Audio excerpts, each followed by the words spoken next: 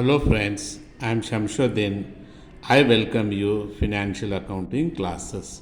In this class, I am going to solve problems relating to calculation of abnormal loss. What is abnormal loss?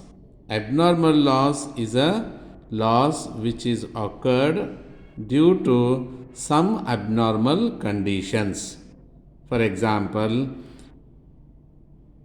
loss of goods during transit or loss due to accident. Such losses are called as abnormal loss. Let us read the problem. 200 cases of chocolates at rupees 500 per case sent on consignment. 15 cases of chocolates damaged in transit. Non-recurring expenses incurred by consignor rupees 5000 and consignees rupees 2000. Let us solve the problem. Before solving this problem, we have to see that what are the information given. There are 200 cases of chocolates. Out of 200, 20 cases of chocolates damaged in transit. Non-recurring expenses incurred by consignor rupees 5000 and consignee rupees 2000. Based on these details, let us calculate abnormal loss.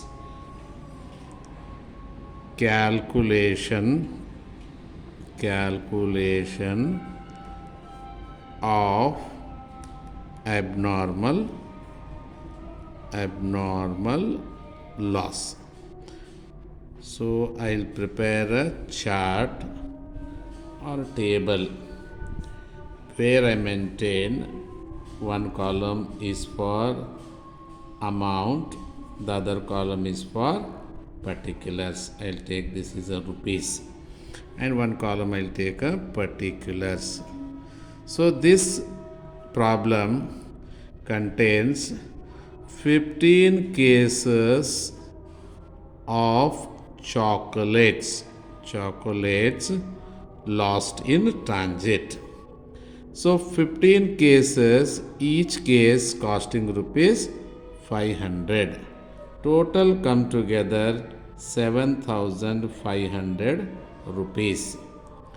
And while transportation of these cases, consignor has spent rupees 5000 non-recurring expenses.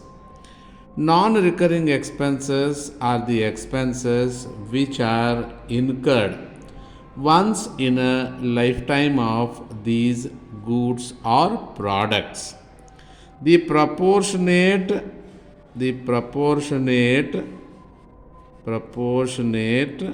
non-recurring expenses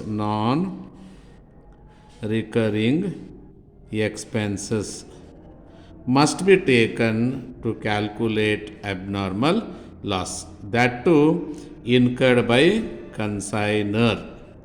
But in this problem, consignee also incurred rupees 2000, but these expenses cannot be taken as loss occurred in transit.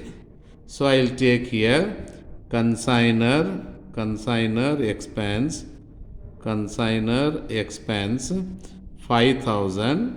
He has incurred 5000 for 2200 cases, but the loss cases are only 15. In this case, the amount relating to 15 cases only 375. 7500 and 375, total amount rupees 7875. This is the abnormal loss in this case.